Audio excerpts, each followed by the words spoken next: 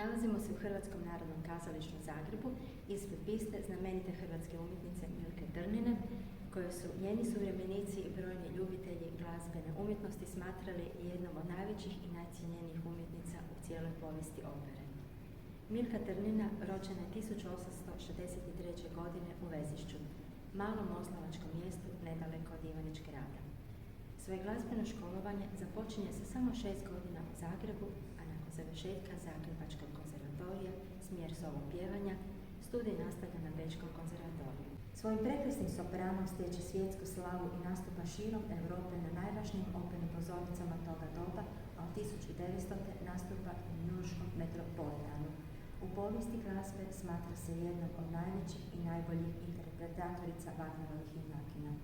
Utjelovljuje sve glavne uloge u operama slavnih kompozitelja, od Puccinija, Verdija, Gounod'a, Mozarta, Webera, Beethovena, Bizeta, Johanna Straussa, Berlioza, Donizettia, Smetane i mnogih drugih.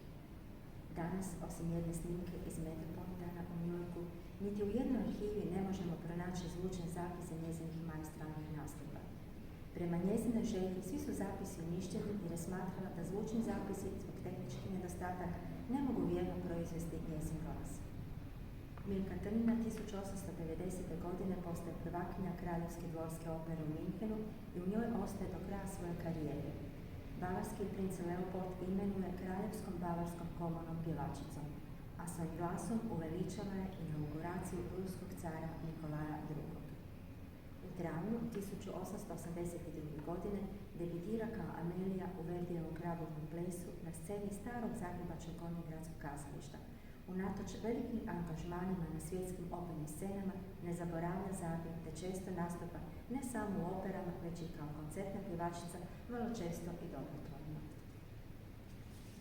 U to vrijeme, kada se u Zagrebu osjeća veliki pritisak germanizacije i mađarizacije, Milka Trnina održava koncerte na hrvatskom jeziku te osvaja srce hrvatskog naroda i postaje počasna članica Hrvatskog narodnog kazališta i Muzičke akademije Zagreb.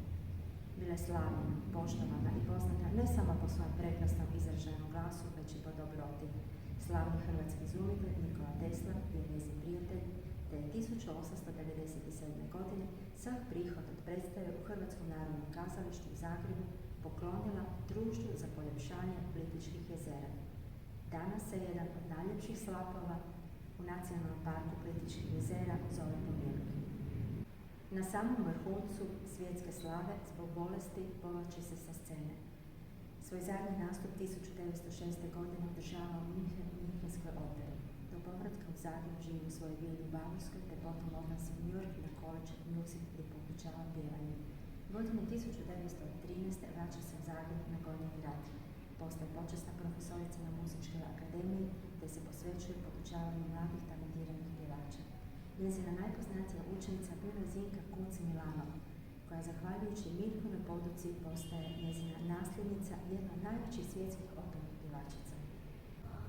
Godine 1941. Milka umire u Zagrebu. Za vrijeme svoje glazbene karijere bila je obasipana slavom i darivana cvijećem, te je prema njezinoj želji pokopana bez velikog sjaja i popratnih govora, već samo uz zvuk hrvatske himne, a novac za cvijeće i vijence bio uplaćen u humanitarne svrhe.